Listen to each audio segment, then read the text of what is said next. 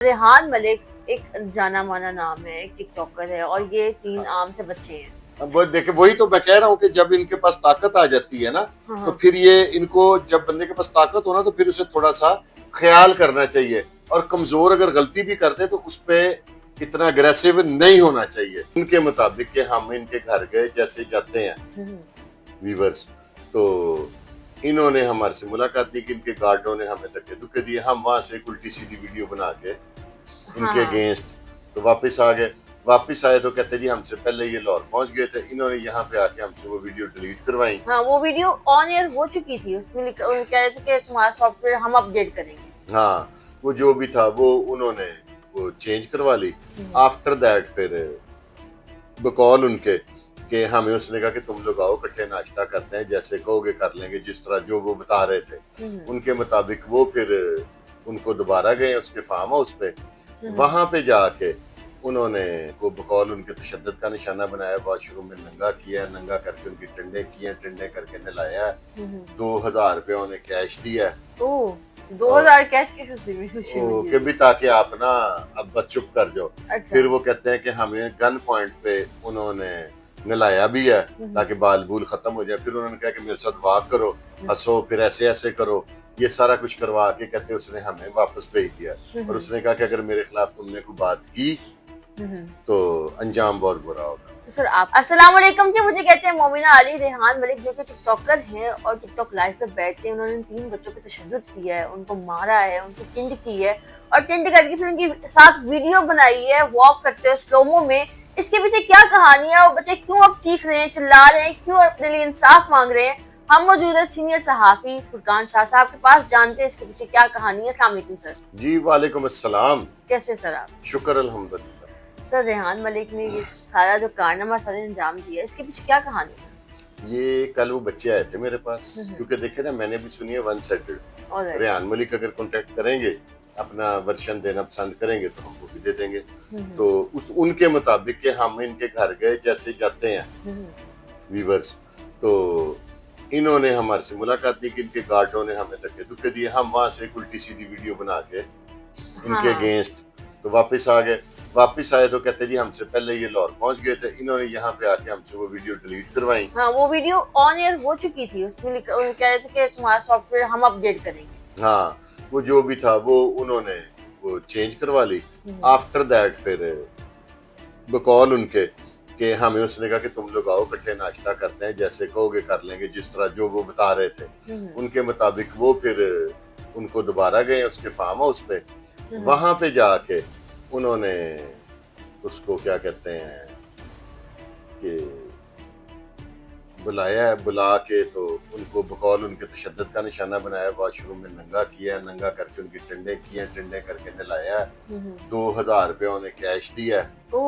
2000 cash की खुशी में कि भी ताकि आप ना अब बस चुप कर जाओ। अच्छा। फिर वो कहते हैं कि हमें गन पॉइंट पे उन्होंने नहलाया भी है ताकि बाल बूल खत्म हो जाए। फिर उन्होंने कहा कि मेरे साथ वाक करो, हंसो, फिर ऐसे ऐसे करो, ये सारा कुछ करवा के कहते उसने हमें वापस भेज दिया। और उसने कहा कि अगर मेरे खिलाफ तुमने कोई बात की तो अंजाम बहुत बुरा होगा। तो सर आपको नहीं लगता कि इसमें गलती बच्चों की भी है कि अगर आपको एक बंदा नहीं मिला या वो घर पे मौजूद नहीं है या उसे गार्ड से नहीं मिलने दिया, तो आपको क्या जरूरत है कि आप उनके खिलाफ वीडियो बना दो? ये बिल्कुल बच्चों की गलती है, लेकिन टेंड करना, किसी को हद से बेजा में रखना, किसी को तशद्दुद करना गन पॉइंट पे, इसकी जस्टिफिकेशन कौन देगा? सर हम लोगों ने तो, मैंने भी एक साइड की कहानी सुनी, आपने भी एक साइड की कहानी सुनी, मे बी की कहानी में कोई इस तरह का टर्निंग पॉइंट हो जो उन बच्चों ने हमें ना बताया हो। हाँ हो तो वो रेहान, अब तो देखे ना, मैंने कल भी अपने प्रोग्राम में कहा कि मैंने वन साइडेड स्टोरी सुनी है, मैंने उसका वीलॉग बना दिया। अब रेहान मलिक साहब अगर राब्ता करना चाहें तो करें, अपना वर्शन दें, हम चलाएंगे, बिल्कुल चलाएंगे। ठीक होगा। तो सर ये जो बच्चे आए हुए थे, उन्होंने एक इंटरव्यू नहीं दिया आपके पास बैठ के, क्योंकि मेरे हाल से कोई 10-15 इंटरव्यू दिए होंगे। क्या जितने इंटरव्यूज दिए उन सब में उनकी कहानी एक जैसी ही उन्होंने बताई या उसमें तजाद था? नहीं, सबकी एक स्टोरी थी, तीनों से अलग-अलग मैंने सुना है। उसके बाद सारी सबसे बारी बारी चेक किया है। फिर इतने इंटरव्यूज हुए, उनका एक ही लफ्ज है, मैंने उन्हें कहा था कि मैंने कहा कि भाई अगर आप ना गलत बात करेंगे तो आपका जो है ना ये वो सॉफ्टवेयर अपडेट कर देगा इदारा किसी के साथ रियायत नहीं करते। तो उन्होंने मुझे कहा कि नहीं नहीं आप चेक कर लें। मैंने फिर इदारों से भी कहा कि आप चेक करें, अगर इनकी बात ठीक दुरुस्त है तो इन जरूर कानूनी कार्रवाई होनी चाहिए। अगर ये गलत है तो इनको भी ऐसा समझाना चाहिए कि बच्चे हैं कि आइंदा से ये इस तरह का काम ना करें। सर एडवोकेट जुनैद ने भी इन बच्चों के साथ इंटरव्यू दिया और उन्होंने कहा कि मरियम नवाज साहिबा है, वो कहती हैं कि मैं सबकी माँ हूँ और मैं आ गई हूँ, तो इनकी भी तो माँ है ना, आप बताएं इनके साथ इंसाफ क्यों नहीं हो रहा? जो रहबर होता है ना, जो जिसको अल्लाह ताला ने इज्जत दी होती है, जो किसी मकाम पे होता है, वो सबके लिए काबिल एहतराम होता है। जिसको अल्लाह ताला ने इज्जत दी है उसकी करनी चाहिए। ये तो इसका मतलब है कि आप एंटी क्लॉक चलेंगे ना, एक बंदे को अल्लाह ताला ने वजीर आजम वजीर आला बना दिया तो आप वो अल्लाह की तकसीम पे मुखालफत करें, ऐसे तो नहीं करना चाहिए। जिसको जो ओहदा मिले उसकी इज्जत करनी चाहिए। बिल्कुल ऐसे ही है। तो सर आपको क्या लगता है कि अभी जो केस इन्होंने करवाया बच्चों ने, इसके ऊपर कौन कौन सी पिटीशन दायर होगी? ये 342 तो कंफर्म है, हब्से बेजा में रखना। अगर उनके बकौल उन्हें अगवा करके लेके जाया गया तो फिर वो उसकी और दफा है। फिर ये बाकी सारी दफात इदारे बड़े एक्टिव हैं। उन्हें आज डीपीओ सियालकोट साहब ने बुलाया हुआ था अपने ऑफिस में। अच्छा। तो वो सारी स्टोरी सुन के तो जो कार्रवाई बनती है वो करेंगे क्योंकि उन्होंने आईजी साहब तक भी राब्ता किया है और बाकी सारे मामला हैं। लेकिन मुझे ये नहीं समझ आ रही कि ये इतने इतने अल्लाह ने इनको इज्जतें दे दी हैं, मकाम दे दिए हैं, तो इनमें कुव्वत बर्दाश्त नहीं है किसी में। इससे पहले रजब भट्ट ने भी देखे ना, लड़कों पे तशद्दुद किया, उनके इंटरव्यू चले। हाँ, फिर एक ऐसा लड़का था जिसकी बाद में किसी इदारे से टेंट उंट करवाई।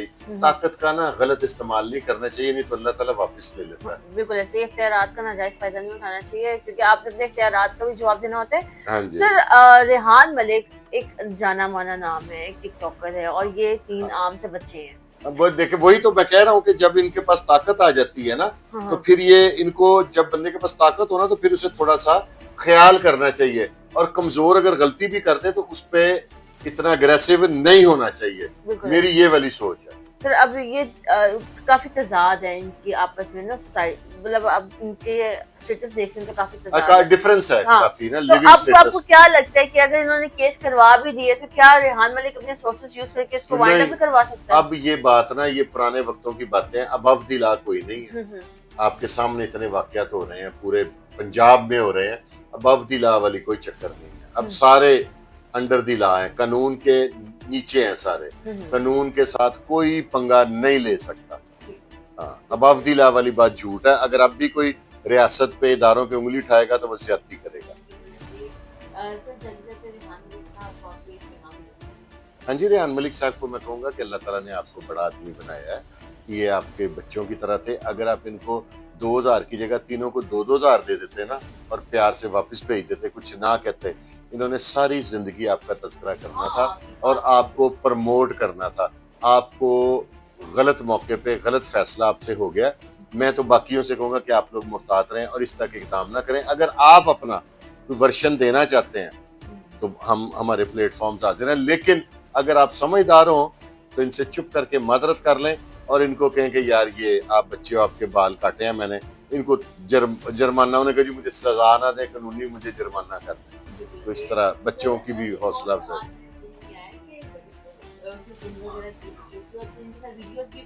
हाँ जी, वो तो अपने आप को, वो जो वीडियोस है ना, वो इस चक्कर में बनाई है कि मैं अपने आप को सिक्योर कर लूंगा, लेकिन कानून की आंखों में मट्टी कोई नहीं डाल सकता।